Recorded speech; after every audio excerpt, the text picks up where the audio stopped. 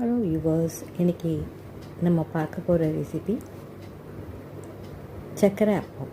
இதுக்கு செய்ய தேவையான பொருட்கள்: உளுத்தம்பருப்பு 1/2 கப்பு, மைதா மாவு 2 கப்பு, பொடித்த சர்க்கரை 1 கப்பு, அரிசி மாவு 2 மேஜைக்கரண்டி, ஏலக்காய் தூள் சிறிதளவு, முந்திரி பருப்பு பொடித்தது நெய்யில் வறுத்தது சிறிதளவு, நெய் 1 மேஜைக்கரண்டி, பொரிக்க தேவையான அளவு எண்ணெய்.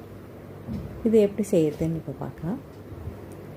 உளுத்தம்பருப்பை ஒரு 2 மணி நேரம் நல்லா ஊற வச்சு வடைக்கு அரைக்கிற மாதிரி நல்லா நைஸாக அரைச்சி எடுத்து வச்சுக்கோங்க.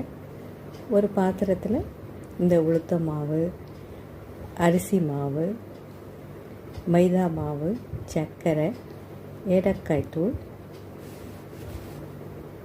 முந்திரி பருப்பு, அந்த நெய்யும் அதை எடுத்து வச்சுருக்க நெய்யை கொஞ்சம் நல்லா காய்ச்சி அந்த மாவுலேயே ஊற்றி நல்லா கொஞ்சம் பஜ்ஜி மாவு பதத்திற்கு தேவையான அளவு நீர் சேர்த்து கொஞ்சம் கரைச்சி விட்டுக்கோங்க. ரொம்ப தண்ணியாக இருக்கக்கூடாது, ஓரளவுக்கு நல்லா திக்காக இருக்கணும்.